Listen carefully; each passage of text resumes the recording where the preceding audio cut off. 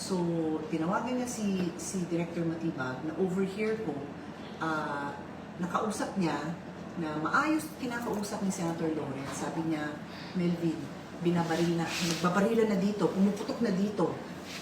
Anong gagawin mo? Tulungan mo kami. Something to that effect, no? Yung sinabi niya. Tapos ang sinagot sa kanya was, wala akong magagawa. Wala ako dyan. Wala kami dyan. Wala kami dyan. Pinalis kami dyan.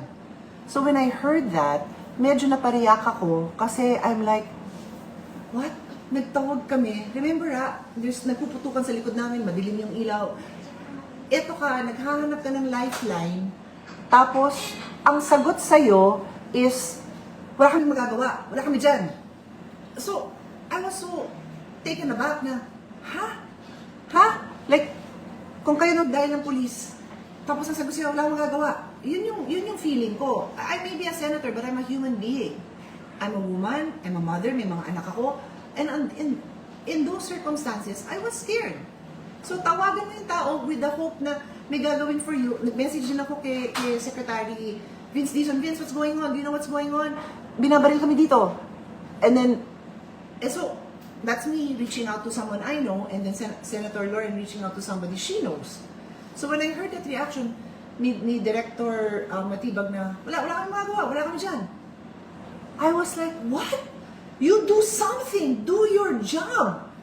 Yun yung sinagot ko sa kanya. Tapos sinigawan niya ako. Ang sagot niya sa akin is, wag mo akong sigawan. I was so shocked na yun lang ang sasabihin mo sa akin.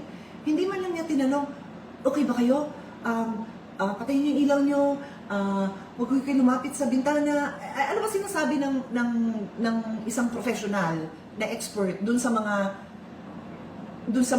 under siege, which is how we felt. Ano ba dapat ang sabihin mo? Huwag mo akong sigawan? Siyempre, magtataas ako bukas. Ngayon pa lang nga, nagkikwento ako sa inyo, tumataas yung boses ko, di ba? I was trying to be very calm because I'm a believer na pagkalma ka, you can think clearly. Pero nung sinagot akong gano'n na, this is the people who are supposed to help us, na sinagot kami ng gano'n, we're left on our own? Di siyempre sabi ko, do your job. Yun. O ngayon, I want to share this with you because later on, nagpa-interview siya at ito yung sinabi niya.